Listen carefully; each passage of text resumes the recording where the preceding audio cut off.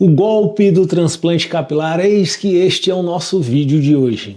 Seja muito bem-vindo, seja muito bem-vinda. Hoje nós vamos falar sobre o transplante capilar. O que não te dizem nas entrelinhas quando vão te vender um transplante capilar. E hoje é o dia de arrumar inimigos com polêmica, senhores. Vem comigo aqui para a tela.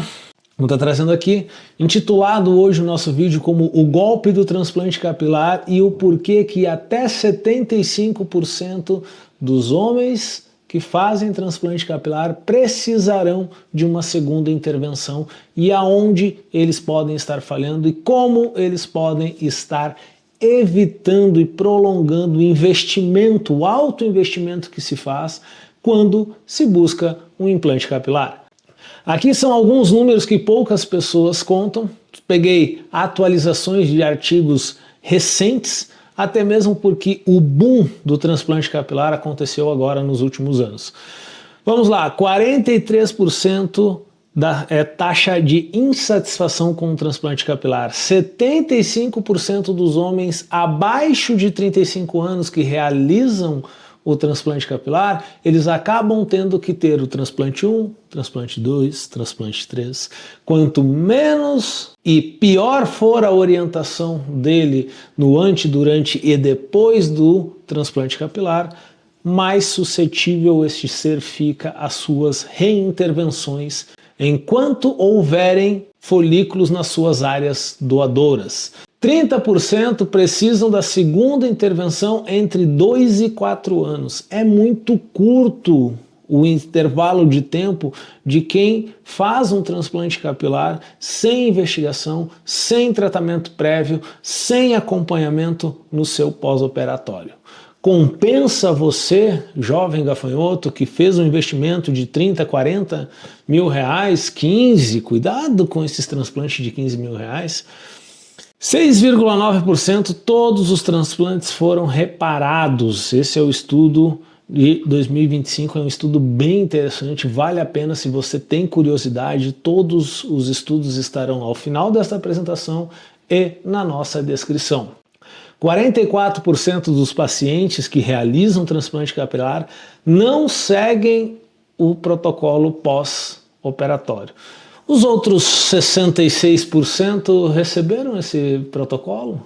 Levaram em consideração?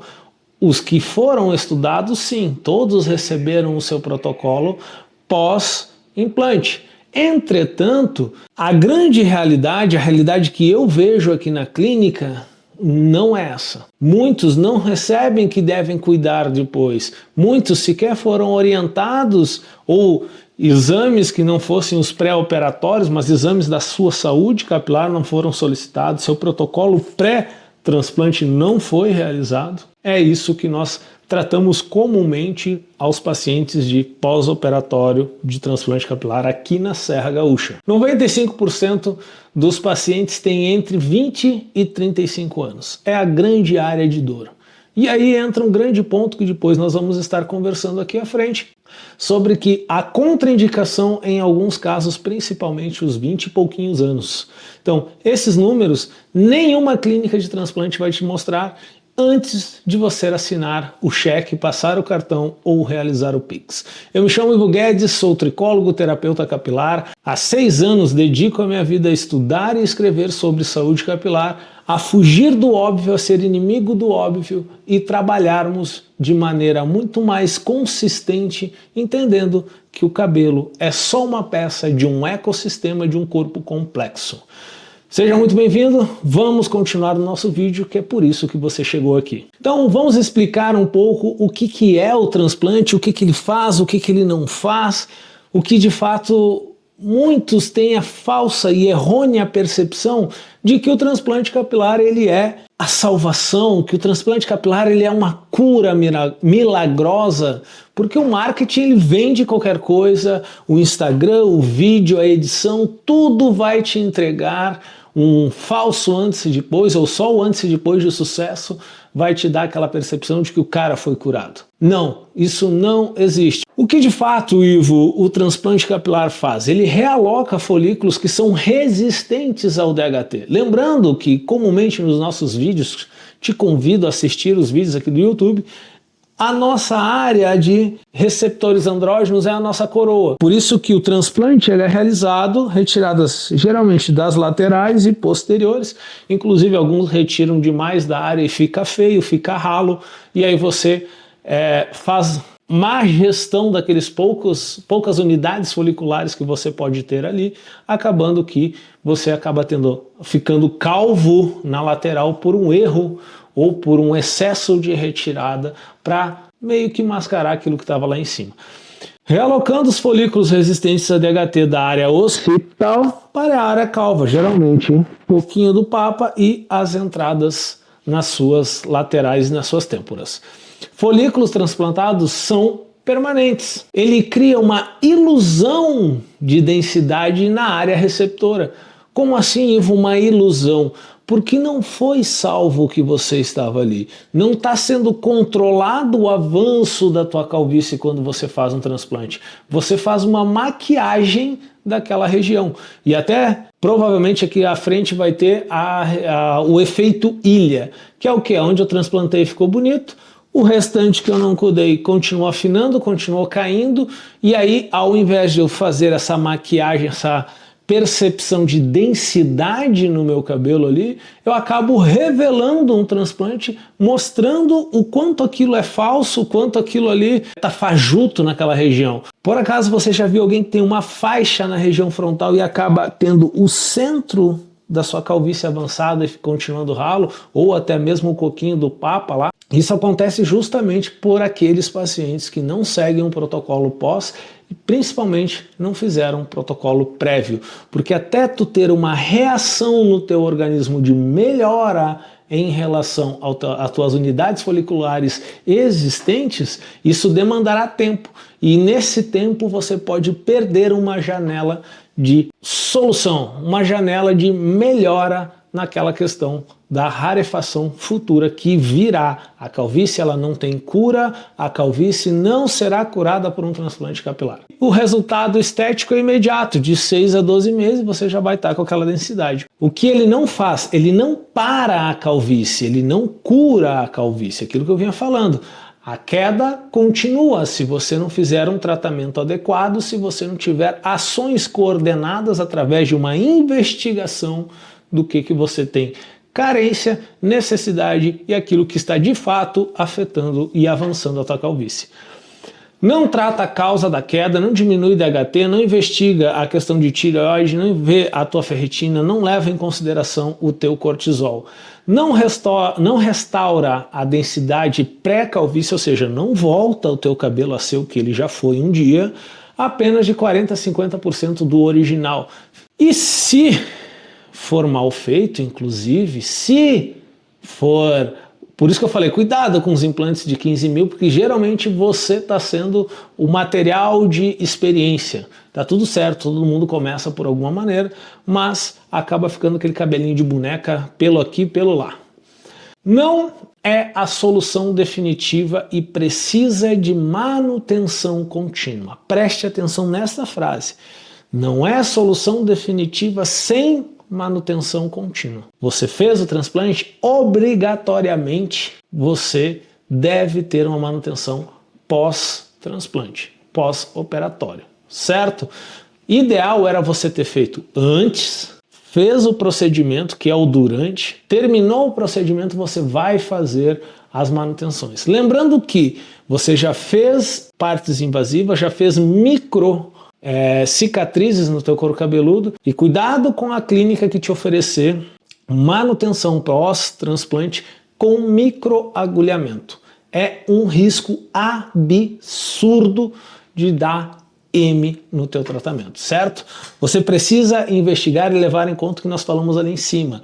DHT, tireoide, ferritina, cortisol e todos o teu mapeamento de micronutrientes. Essa é a grande diferença em quem vai fazer um protocolo para cuidar do teu cabelo do que quem vai simplesmente estar te dando receitas prontas. Aqui está o efeito ilha, o desastre em câmera lenta, aquilo que eu comentei ali para vocês anteriormente, né? O que que acontece? Quando você vai lá fazer o teu transplante, teu pós-transplante, o primeiro ano de pós-transplante ele é extremamente positivo.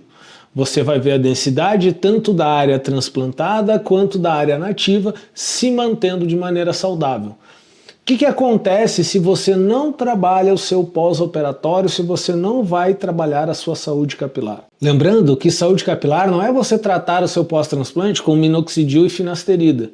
Até mesmo porque aqui no canal você vai ver que eu falo muito sobre esses dois assuntos, porque comumente é só o que receito. Não investigam, te dão algo pronto e vai na tentativa e erro. Afinal de contas, não é o meu cabelo que vai estar caindo, né? E quando eu falo sobre saúde capilar, você precisa lembrar que a saúde capilar ela é complexa. Não basta você, pós-transplante, trabalhar simplesmente com minoxidil e finasterida. Sem investigar, você não sabe se é disso que você precisa. E quando nós falamos em investigar, eu, Ivo, aqui na clínica, analiso 57 marcadores para chegar num censo daquilo que eu vou te indicar. Não trabalho com minoxidil, não trabalho com finasterida. Se você investigar aqui no canal, você vai ver vários vídeos onde eu falo sobre esses medicamentos, o quão eles são nocivos e o quão pouco é válido eles sem investigação. E na maioria dos casos, o que você recebe é simplesmente uma receita pronta em uma consulta de 5 minutos. Afinal de contas, não é o cabelo de quem está te indicando isso que está indo para o ralo. Nos anos seguintes, do segundo para o terceiro ano, o afinamento começa a ser progressivo. Aquilo que eu falei, deve fazer desde antes, durante e depois do teu transplante para que você tenha a freagem deste afinamento. Você não fez? Aí você vai buscar a ajuda de quando começou esse afinamento, quando ele já começou a te incomodar. Aí você vai ter mais tempo até que comece a ter o retorno, colher os resultados deste investimento nesse protocolo. Cabelo nativo ao redor começa a afinar, aquele que ficou, aquele que onde você não precisou fazer o transplante. A diferença de densidade começa a se tornar visível. Aí vai ver um tá mais pigmentado, grossinho, bem fechadinho e aqui em cima começa a ficar ralo. Daí o que que você faz? Deixa o tupetinho, joga para trás e vai mascarando. Até o ponto em que você não consegue mais estar debaixo da luz de um elevador, não consegue mais dar um biquinho na piscina e a hora que sai divide e mostra todo o caos que ali está, que você ficou escondendo ao invés de ter procurado ajuda. Do quarto ano em diante, o efeito ilha, porque daí aquele afinamento se foi, teu cabelo caiu e a tua calvície continuou, avançou e ficou à mostra naquela região. É aí que quem fez o teu transplante vai ficar feliz que você vai correr lá, pedir um segundo ou até mesmo já o teu terceiro transplante.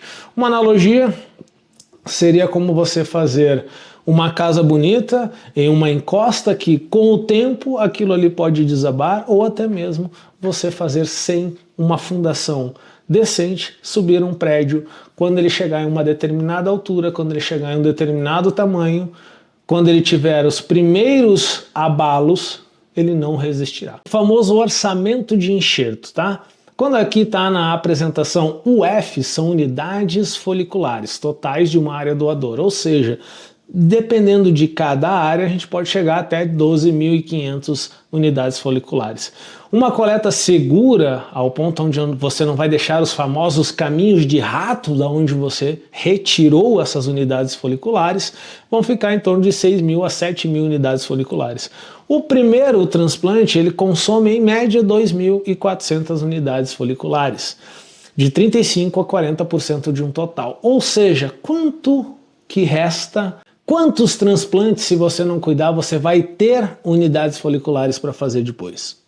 É isso que você deve levar em consideração, é isso que você não deve cair no conto do vigário, onde que, cara, tá tudo resolvido. Eu fiz o meu transplante e não devo mais nada, tá tipo assim, ó, cara, tô salvo, a minha vida inteira eu vou ser cabeludo de novo. Cuidado, porque na hora de assinar o cheque, na hora de te pedir, te emitir os boletos e na hora de você passar o cartão, tudo sempre será maravilhoso. Quem não te fala a verdade com medo de perder uma venda tá te enganando para te vender. Pense nisso. Então a densidade e a expectativa é que o que você deve pensar? Vamos pensar em área quadrada, tá? A cada centímetro quadrado naturalmente você teria de 80 a 120 unidades foliculares. Mas quando você faz o transplante, você já vai ficar de 35 a 50. Então, em torno de 40 a 50% do que você tinha naturalmente. Por isso que eu falo, vai ficar ralo, vai ficar aparecendo ali. Você precisa cuidar daquilo que você tem antes mesmo de fazer o transplante, porque aí você vai cuidar e melhorar até os folículos que estão sendo remanejados. Aí que está a grande sacada, a grande cartada, o ato mais consciente e correto de se fazer. Fazer um protocolo de pelo menos 6 meses a 1 ano antes do teu transplante. Mas, geralmente, o desejo é de um transplante da noite para o dia para resolver o problema que você deveria ter começado a resolver há 4, 5 anos atrás. A calvície ela não acontece do nada, ela é gradual e quando você vai mascarando, né, você vai deixando de tomar a responsabilidade de um cuidado, porque é frescura, eu sou homem, tá tudo certo, cabelo é besteira, até você perder. Porque se você valoriza o seu cabelo, é você que está aqui nessa estatística de buscar o transplante. Então comece a cuidar do seu cabelo de maneira preventiva. Ah, não tem prevenção para calvície. Não, não tem prevenção, assim como também não tem cura. Mas existe melhorar a qualidade da saúde capilar. Se hoje você me vê com esse cabelo, nem sempre foi assim. Eu tenho diagnóstico de alopecia androgenética há 9 anos. Antes de ter a clínica, eu fui paciente de minoxidil, de finasterida, de cetoconazol, de espironolactona. Não importa quanto você tiver de dinheiro no banco, não importa a tua capacidade financeira, a tua capacidade de unidades foliculares sempre será finita. Então, preste atenção, haja com inteligência se o teu cabelo for importante. A dependência que ninguém te fala também. Vamos lá, 94% dos homens estão usando finasterida após o transplante capilar, tiveram melhora versus os 67% sem finasterida. Tá? Essa é uma publicação, também trago coisas ali sobre eles, que tá tudo certo. Mas tem o viés de quem pediu, quem foi um dos patrocinadores desse artigo, que também é bem bacana de você dar uma lida. E outra que também existe um negócio onde no meio médico nada mais funciona além daquilo que está há 30 anos aí não salvou a calvície, né? Vamos lá, finasterida e dudasterida, inclusive tem um vídeo que eu falo sobre elas, vou deixar o cardzinho aqui caso tenha interesse. Se você estiver usando ou pensando em usar, assista esse vídeo que vai valer muito a pena. Finasterida e dudasterida, minoxidil contínuo, sessões de PRP. Mais transplantes a cada 3 a 5 anos, consumindo o estoque finito. Sessão de PRP, mais um ponto polêmico. O que é o PRP? A coleta do plasma centrifugado e injetado no teu couro cabeludo. Dolorido pra caramba esse procedimento. Nós não realizamos aqui também. Por quê? Dor e benefício não compensa o benefício que o PRP traz. Primeiro que o plasma está no teu sangue, toda a tua região periférica do teu couro cabeludo tem vasos. Se o plasma está dentro do sangue, se sangue chega até aqui, por que eu vou colocar plasma numa parte onde não absorve? Eu não vejo grandes benefícios com isso. Até mesmo porque se ele for mal aplicado, pode gerar necrose. Porque esse plasma vai ficar ali sem função nenhuma, sem absorção nenhuma, dentro da tua pele e ele pode vir a necrosar. Então a clínica te vendeu uma cirurgia como solução definitiva, mas esqueceu de dizer que você vai precisar tomar finasterida para o resto da vida para manter o resultado, e se você parar, o seu cabelo nativo ao redor vai cair do transplante, vira uma ilha. Esse dado tá ali do estudo, tá? Que você tem que tomar finasterida para o resto da vida. Mas volta lá. Que nem eu falei, tá no cardzinho, dá uma olhada lá. Finasterida é neurotóxica, tá? Dudasterida nem é autorizada pela FDA para uso na alopecia androgenética. DHT não é o malvado em todo o teu corpo, porque boa parte do teu corpo precisa de DHT, tá? Teu metabolismo precisa de DHT, teu fígado precisa de DHT. Então bloquear só a quinta alfa-redutase, isso é assim, ó, extremamente perigoso, tá? Você pode ter problema metabólico, problema cognitivo, problema de depressão, pensamentos suicidas, além de problemas de disfunção sexual. Minoxidil é um cardiovascular, O remédio com maior crise existencial da história, ele começou sendo indicado para gastrite, depois ele foi indicado para cardíaco e agora está no cabelo, né? Então ele foi subindo, foi por etapas, está subindo na vida o rapazinho. A sessão de PRP eu acabei de falar um pouco antes ali. Ivo, mas como que tu faria sobre tratar isso? Primeiro que você precisa entender que tudo que o teu cabelo precisa, o teu corpo produz ou armazena. Então, se ele produz ou armazena, eu preciso entender como que eu vou produzir o que ele precisa, o que o meu cabelo precisa, e como eu vou armazenar através do quê? Então, hábitos, alimentação, ingesta líquida, verificar teus níveis hormonais, tireoide, teu DHT, tua testosterona livre, teu DEA, teu LH, teu FSH, são 57 marcadores que você consegue chegar para avaliar isso. Então, próximo slide, vamos ver o que nós temos antes do transplante capilar, o ideal versus a prática. O que deveria acontecer, né? Investigar a tua tireoide, investigar diabetes, investigar a autoimunidade, investigar infecções. Coloco aqui ainda investigar deficiências nutricionais, histórico de medicamentos completos, porque existem medicamentos que o efeito colateral dele é a queda de cabelo, principalmente medicamentos que são para depressão, então você tem que tomar cuidado referente a isso. Avaliação psiquiatra, estresse, toque, TDAH, tem um monte de coisa que pode ser gatilhos secundários para antecipar a tua questão de calvície, levando com que você venha a ter uma perda de cabelo antecipada antes do tempo, um afinamento acelerado, que você altere o seu ciclo capilar. O transplante só deveria ser realizado após os 25 anos. Então você, jovem, que está aí com seus 19, começa a notar as entradas, entenda que você precisa investigar as carências e o que está trazendo a tua calvície tão rápido, tão próximo. Principalmente nós vivemos nos dias de hoje, o que eu vejo aqui na clínica no dia a dia é problemas alimentares e sedentarismo. Mas o que acontece na prática, né? A gente falou sobre o que é ideal, sobre o mundo legal, mas por que não falam muito sobre isso? Você que já fez transplante, está aqui assistindo o vídeo até agora, me conta, te contaram sobre isso? Te contaram que seria ideal, que seria o bacana você ter feito esses exames, analisado isso antes? Mas o que acontece na prática? Consulta rápida, quantos enxertos, vamos ver o que tu tem de área, deixa eu ver aqui, vamos cobrir aqui, vamos lá, puxa pra cá, tu tem área doadora, não tem, tá aqui, faz um hemograma, faz um eletro, só para ver se tu não vai parar na minha mesa, deixa eu ver o que vai ter aqui. Nenhuma investigação laboratorial profunda, né, só esses exames rasos pré-cirúrgicos, não é sobre a tua saúde capilar, não confunda, me pediram exames, mas geralmente esses exames são os exames normais para qualquer cirurgia, que todo médico vai pedir por segurança dele, para não dar BO na mesa de cirurgia dele. Nenhuma tricoscopia, sem avaliação da tireoide, ferritina, cortisol, paciente de 23 anos. Eu tenho um paciente de 21 hoje, mas ele fez com 19 para 20 anos o seu transplante. Imagina como é que tá?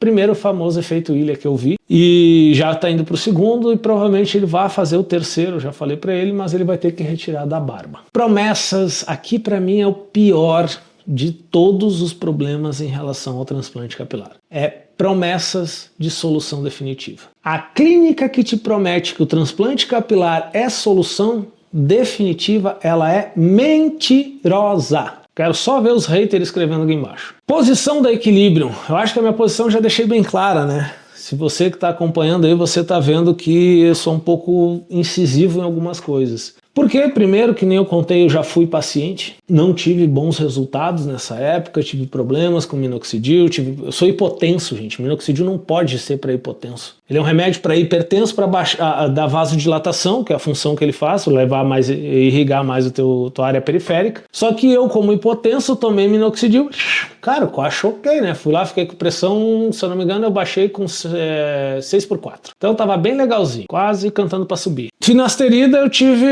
joguei sinuca de corda, né? Nós não somos contra transplantes. Digo bem claro, existem momentos que só o transplante vai ajudar a levar a densidade e a expectativa daquela pessoa. Eu sou o cara que vai te ajudar no antes, no durante e no depois do teu transplante. Se a tua clínica não está fazendo isso em qualquer lugar do Brasil, me chama que eu consigo te ajudar à distância. Nós temos o protocolo MRC, que provavelmente eu vou falar aqui mais para frente. Então nós somos contra o quê? Transplante sem investigação laboratorial prévia. Transplante sem estabilização da queda. Você fazer transplante, você fazer tratamento para estimular o crescimento de cabelo se eu estou com queda. Queda é deficiência. Deficiência não se trata com estímulo. Deficiência se trata com suprimento. Você precisa suprir aquela deficiência para depois, com o combustível, o teu carro andar. Transplante em pacientes jovens, menores de 25 anos, eu, Ivo, não aconselharia porque gerará problemas lá na frente. Pior que transplante nessa idade é você fazer micropigmentação. Tem cada uma que eu vejo, olha. Transplante vendido como solução definitiva, a maior mentira da história que você puder imaginar nesse ponto de cirurgias, nesse ponto médico de clínica. É a minha maior briga com clínica, eu sempre vou ter esse posicionamento. A clínica que vender transplante como solução definitiva, como cura, é mentirosa. E tem muito marketing fazendo isso, muito. Eu, como trabalho na área, como estudo os anúncios da concorrência, eu pego cada coisa bizarra. Então quem promete milagre, mente. Transplante sem diagnóstico diferencial, que é aquilo que eu falei. Nós investigamos uma média de 57 marcadores. Aqui botei um dado dos nossos últimos 1.176 pacientes na Equilíbrio. 68% chegaram com queixa de calvície, 52% tentaram soluções caseiras, 181 já usaram minoxidil sem investigação e apenas 32 queriam entender a causa. De 1.176, apenas 32 colocaram no formulário: eu quero entender a causa da minha queda de cabelo. Porque a queda é uma dor, a queda é um sintoma. Sintoma não se trata, sintoma se investiga. Enquanto você não entender isso, você vai ficar botando rios de dinheiro no bolso dos outros. Investigue sempre antes. Se a sua queda é por tireoide, nenhum transplante vai resolver. E ao contrário, às vezes você nem tem alopecia androgenética. Tem um vídeo sobre tireoide que fala só isso, o quanto a tireoide tem um placebo, tem uma semelhança absurda em todos os sintomas da queda da alopecia androgenética. Se a tua ferritina for baixa, você vai ter queda. Homem não pode ter ferritina baixa. É muito mais comum nas mulheres. Se o cortisol for crônico, como eu falei em alguns vídeos, né, nas nossas top 3 profissões, se o cara tem uma vida, todo o tratamento você precisa adequar às necessidades e às rotinas da pessoa para que seja um tratamento factível, para que aquilo faça sentido, que a pessoa consiga entender cada etapa que ela está passando, para então poder tomar a decisão de realizar ou não o seu tratamento. Na Equilíbrio, investigamos 57 marcadores para você saber realmente o que precisa. Esses 57 marcadores não são somente exames, tá? Tem todos os formulários que a gente requer. Consigo entender teu histórico, então a gente vai pedir todo o teu histórico de exames, todo o teu histórico clínico, todos os remédios que tu já tomou, que tu toma, para poder correlacionar todos os fatores que podem estar relacionados a tua queda de cabelo, para então te oferecer, te ensinar e te dizer qual seria a melhor conduta para combater a tua queda de cabelo. Nós aqui da Clínica Equilíbrio, nós somos especialistas em combate à queda capilar. Para você que quer fugir do óbvio de receita pronta, de finasterida e minoxidil e pronto, é só isso que existe, sem investigar, sem olhar teus exames, sem entender a tua rotina, te propor qualquer coisa só por te propor, sem levar em consideração o teu estado atual, aqui embaixo no primeiro comentário vai estar fixado o link da página da consulta do método MRC, onde a gente vai te levar do zero à consciência e da consciência ao resultado. Fontes científicas, deixa eu voltar aqui embaixo, Equilíbrio, tá? Ok, fontes científicas, fica aí para você ficar dando uma olhada, também vai estar na nossa descrição. Tudo o que nós já falamos e chegamos até aqui.